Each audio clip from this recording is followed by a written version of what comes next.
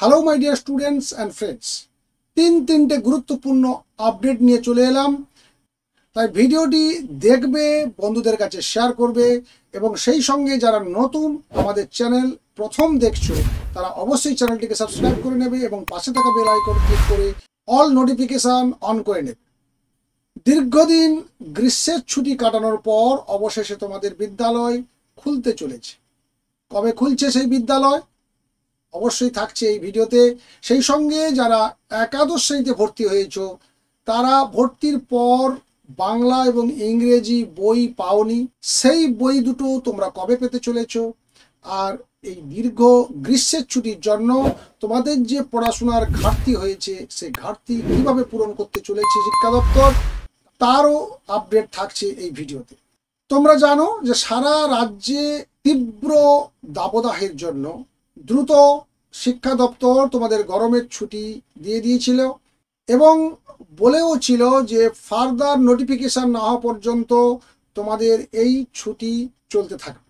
যদিও প্রথম নোটিশে যে ডেট উল্লেখ করা ছিল যে 2 তারিখ পর্যন্ত তোমাদের ছুটি চলবে, 3 তারিখে তোমাদের বিদ্যালয় আবার যথারীতি শুরু হয়ে যাবে।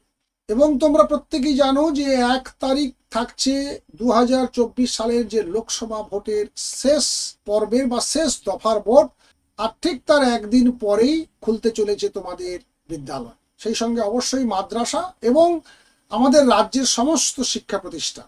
যেহেতু 1 তারিখ লোকসভা ভোট রয়েছে, সেই কারণে শিক্ষা দপ্তর বিভিন্ন স্কুলগুলোর কাছে জানতে চেয়েছে যে তাদের বিদ্যালয়ে মিলিটারি ফোর্স থাকছে কিনা, যদি থাকে তারা কবে যাচ্ছে, অর্থাৎ 1 তারিখ যদি ভোট থাকে 2 তারিখে তারা চলে যাচ্ছে কিনা, 2 তারিখ চলে যাওয়ার পরের দিনই বিদ্যালয় কর্তৃপক্ষ ছাত্রছাত্রীদের জন্য বিদ্যালয়কে পঠন পাঠনের উপযোগী করে তুলতে পারবে কিনা সেই নিয়ে খোঁজ খবর শুরু হয়ে গেছে। কিন্তু এটাও সিদ্ধান্ত নেওয়া হয়ে গেছে যে আগামী 3 তারিখ তোমাদের বিদ্যালয় খুলে যাচ্ছে।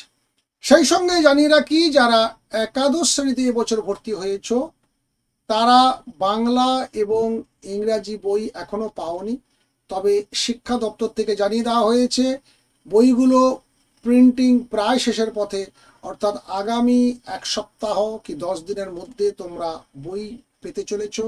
তাই তোমাদের বিদ্যালয় খোলার ঠিক 1 সপ্তাহের মধ্যে তোমরা বই পেয়ে যাবে, এ ব্যাপারে মোটামুটি নিশ্চিত করেছে শিক্ষা দপ্তর।